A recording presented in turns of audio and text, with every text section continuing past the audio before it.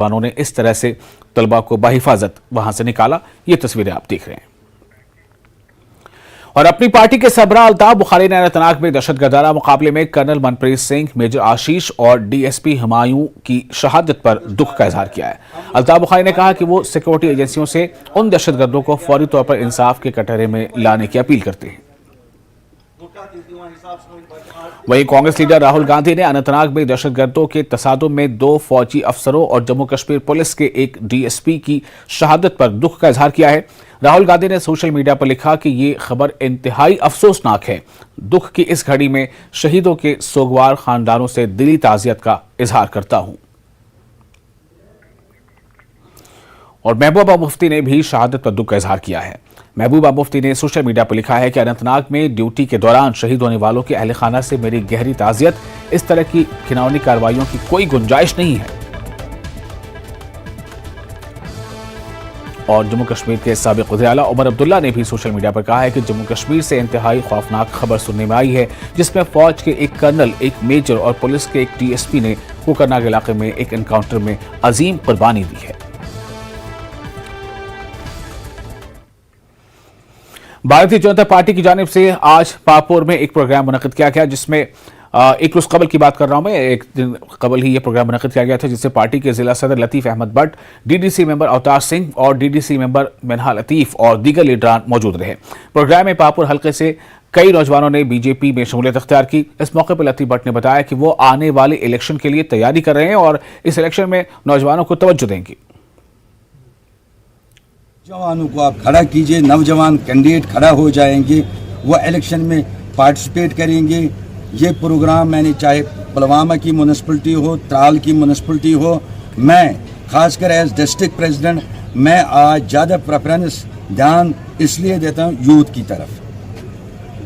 आज तक 70 साल जो यहाँ लूट खसूस हुआ, कुछ हासिल नहीं हुआ, इसीलिए मेरी कोशिश यही रहती है खासकर यूथ पर।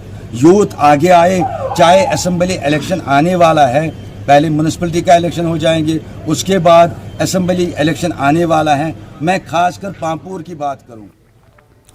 पंचायत घर कूल सी दाछन की हालत खस्ता को देखकर मकामी आबादी और चंद पंचायत नुमाइंदगान ने हुकूमत वक्त से गुहार लगाई है कि पंचायत घर कूल सी दाछन के तामीर नौ के लिए फौरी इक़दाम किए जाएं। नायब सरपंच गुलाम जिलानी का कहना है कि सरकार आए रोज दावा करती है और कि पंचायत घरों में मुख्तलिफ किस्म की सहूलियात दी जा रही हैं, लेकिन पंचायत घर ही खंडर की शक्ल इख्तियार कर चुका है और उसके बाद मज़कूरा पंचायत के लिए सरकार की जानिब से जो फर्नीचर या सोलर सिस्टम दिया गया है, उसका भी कोई अता पता नहीं है कि वो कहाँ गायब हो गया है। गुलाम जिलानी ने इल्ज़ाम लगाया कि सरकार की जानिब से पंचायत घरों को जो सहूलियात फराहम की गई थी, वो किसके घर की जीनत बन गई हैं, इसे मालूम करना होगा।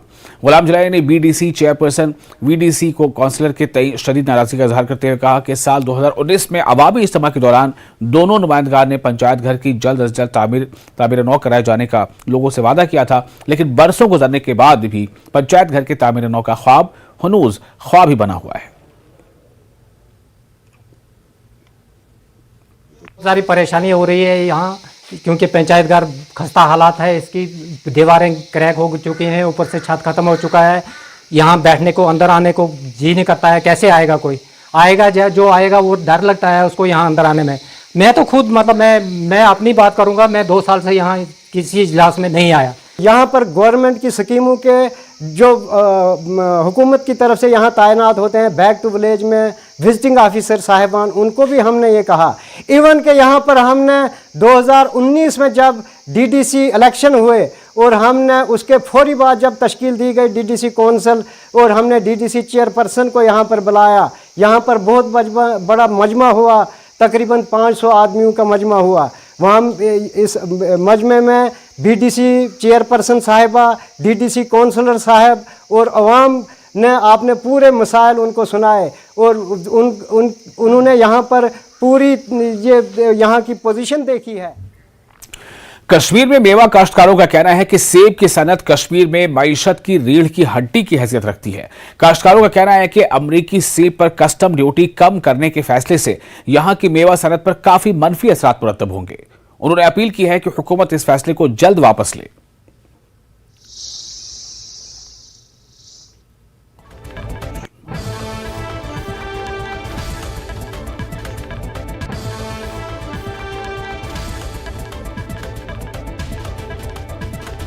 जो हम ये क्या कहते हैं इसको, मतलब ना गरीबी की जो लेवल थी, जो गरीबी के जो आसार थे, उसको कम होने के आसार पाए जा रहे थे इस साल, क्योंकि फ्रूट भी ठीक ठाक था और हम एक्सपेक्ट कर रहे थे कि इस साल काफ़ी अच्छी रेट मिलेगी मार्केट में। लेकिन वाशिंगटन का जो एप्पल है वो अगर यहाँ कस्टम चार्जेस लो बेस पे आ जाएगा तो इससे कश्मीर की फ्रूट पे काफ़ी ज़्यादा असर पड़ेगा। देखिए, ये कश्मीर की बैकबोन है, कश्मीर के जो पढ़े लिखे बेरोजगार नौजवान है उनकी भी एक्सपेक्टेशन यही होती है कि जो कश्मीर का मेन रिसोर्स है वो एप्पल है, और एप्पल पे वो पूरा फोकस करते हैं, पूरे साल इस पे मेहनत की जाती है, बहुत सारी दवाएं लगानी पड़ती है, मतलब खाद डालनी पड़ती है, जो काफ़ी कॉस्ट उसमें पड़ती है। लेकिन अनफॉर्चुनेटली जो सेंट्रल गवर्नमेंट ने ये डिसीजन लिया है कि वाशिंगटन के एप्पल पे 20% उन्होंने टैक्स कम कर दिया है, तो इसका मतलब यही है कि जो कश्मीर की जो एप्पल रिसोर्स है, जो यहाँ की बैकबोन है, उसकी कमर तोड़ दी जाए। आप देखिए जो सुसाइड केसेस हो रहे हैं, जो नौजवानों में, मतलब आज ना वो बेरोजगारी का मेन मसला यही है कि मतलब यहाँ की जो एप्पल सिस्टम था इस पे, मतलब हर साल हमें यही एक्सपेक्ट होता है कि जब हार्वेस्टिंग का मौसम आ जाएगा तो एप्पल पे एक अच्छा अमाउंट आएगा ताकि हर एक नौजवान अपनी जिंदगी को खुशगवारी तरीके से गुजर बसर कर सकेगा। लेकिन जो ही ये सीजन हार्वेस्ट का आता है, कोई ना कोई बहाना आ जाता है, कभी ट्रैफिक को रोक दिया जाता है, जबकि इस साल हमें एक खुशी मिली थी कि ट्रैफिक को अच्छे से रेस्टोर किया जाएगा। लेकिन कुछ दिन के बाद एक नया डिसीजन आता है कि अब वाशिंगटन अफगानिस्तान के फ्रूट पे 20% का जो कस्टम चार्जेस है वो कम किया गया है।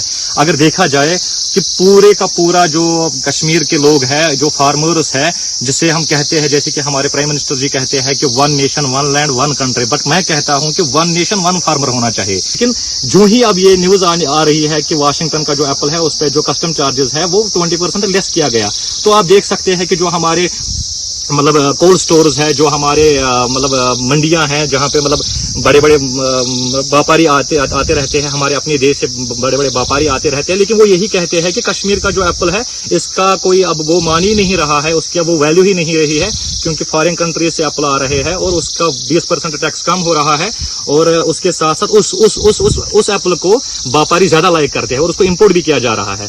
लेकिन अनफॉर्चुनेटली आप देखिए, ये हमारा अपना देश है, कश्मीर हमारा अपना है, और इस कश्मीर और इस अपने कश्मीर को आप देखो, यहाँ का जो किसान है ये भारत का अंग है, ये भारत की बैकबोन है, भारत की इकोनॉमी का सबसे मेन रिसोर्स है।